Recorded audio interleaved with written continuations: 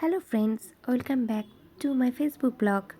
দিনটা ছিল 6 ডিসেম্বর, আর আজকে ছিল আমার এক দিদি কাম বান্ধবী, দুটোই বলা চলে, তার আজকে 25th অ্যানিভার্সারি। তো আমরা সেজেগুজে বেরিয়ে পড়েছি ভেন্যুর উদ্দেশ্যে। যেহেতু দিদির বাড়ি রানাঘাট, তাই আমি একটু আগে বেরিয়েছি। দেখে নাও, তাও অনেকটা লেট হয়ে গেছে। তারপরে আমি পৌঁছে গেছিলাম আমার আরেক বান্ধবীর বাড়ি। তোমরা যথারীতি তাকে চেনো, ওর নাম পায়েল। কি মিষ্টি লাগছে দেখো ওকে। তারপর আমরা ভেন্যুতে পৌঁছে গেলাম। ভেন্যু ছিল রানাঘাটে দিদির বাড়িতেই। এই দেখো, আমরা বলো কেমন, কমেন্ট করে বলো কেমন লাগছে। আর এই দেখো কি সুন্দর করে সাজিয়েছে, ডেকোরেশন করেছে দিদি জায়গাটাকে, ভীষণ সুন্দর লাগছিল। আমরা ওখানে গিয়ে দেখি অনেকেই সেখানে যথারীতি চলে এসেছে, তাও তোমাদের ঘুরিয়ে আমি দেখালাম।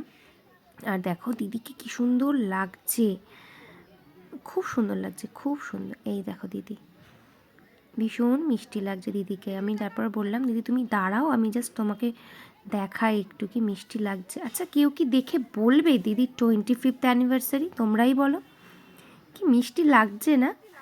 সত্যিই তাই, খুব মিষ্টি লাগছিল। যাই হোক, দিদি নিজেও খুব খুশি ছিল, তার দিদির চোখ মুখ দেখেই সেটা বুঝতে পারছো।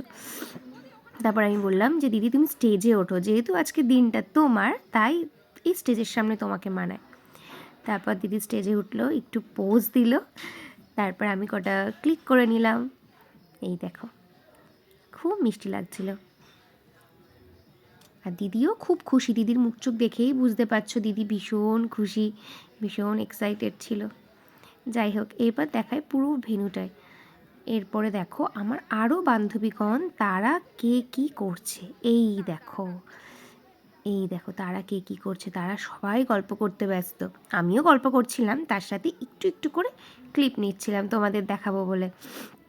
এই দেখো সবাই, আমিও আছি, দাঁড়াও দাঁড়াও, এই যে আমি, এই দেখো আমিও সাথে একটু ক্লিপ নিয়ে নিলাম, কারণ আমাকে না দেখালে হয়, এত সুন্দর করে সেজে গুজে গেছি। তোমরাই বলো, বলো কিন্তু তোমরা কেমন লাগছে আমাকে। যাই হোক, এরপর দেখো আমি পুরো ভেন্যুটা কভার করব আস্তে আস্তে। এই যে আমার মিষ্টি বান্ধবী পায়েল, এটা পায়েলের ননদ, মানে পায়েলের দিদি বলতে পারো, আমারও দিদি হয়। এই দেখো, সব এখানে স্টার্টার ছিল, বুফে সিস্টেম করা ছিল, যদিও ওরা সার্ভ করে দিচ্ছিল, সার্ভিস দিচ্ছিল। এই ছিল খাওয়ার জায়গাটা। আর এখানে আমার বরমশাই বসেছিল। তারপর আমি বললাম, তুমি কি চিজ বল খাবে? বললো হ্যাঁ, তো চিজ বল খেয়ে নিল। সুন্দর ছিল চিজ বলগুলো, খুব সুন্দর ছিল।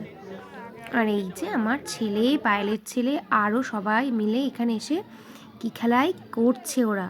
অবশ্য বাচ্চারা যেখানেই যায় সেটাই তাদের নিজের বাড়ি হয়ে যায়, তোমরা সবাই জানো, তো ওরাও তাই ভেবেছে। আর এই দেখো আমাদের অ্যানিভার্সারি কুইন, যার ছিল আজকে অ্যানিভার্সারি, কিন্তু তার আজকে অ্যানিভার্সারি ছিল, কিন্তু এটা ছিল পিঙ্কিদির অ্যানিভার্সারি।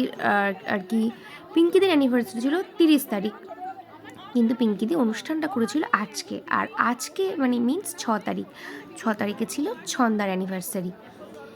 তো বলতে গেলে দিনটা হিসাবে আজকে ছন্দার দিন, কিন্তু যদিও আজকে অনুষ্ঠানটা পিঙ্কিদি করেছে, তাই পিঙ্কিদির দিন তো বলতেই হবে।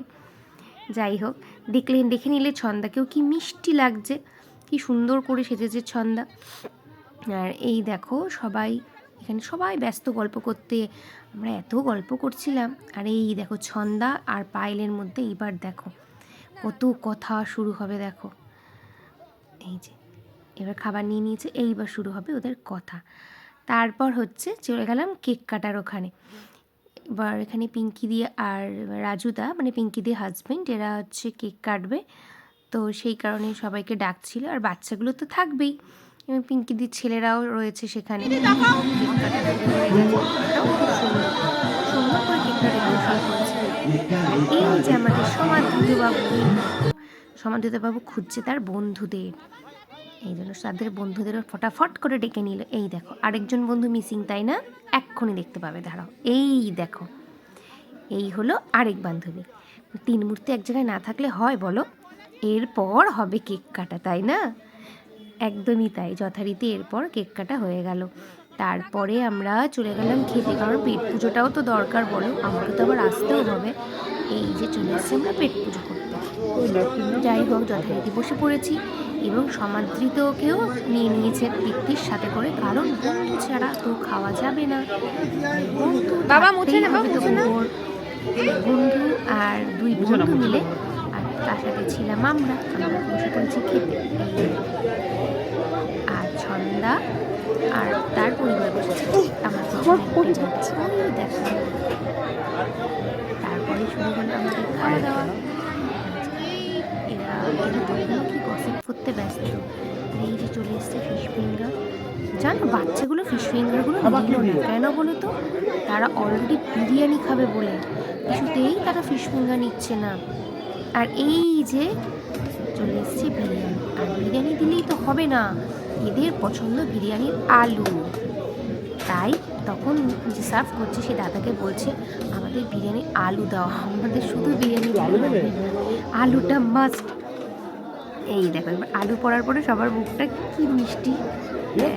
এই যে আলুটা পড়েছে, হ্যাঁ ব্যাস ঠিক আছে, এটা হচ্ছে ওদের বক্তব্য। যাই হোক, মিষ্টি দুটো বাচ্চা। আর এই যে পায়েল এসে বারবার দেখে যাচ্ছে ছেলে কি খাচ্ছে না খাচ্ছে।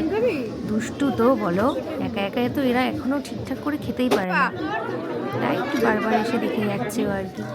এই দেখো, তারপর আমরা খেয়ে নিয়েছি। এই যে আমি একটু ব্লগ করছিলাম বলে বাবাটাও সুন্দর করে তাকাচ্ছিল।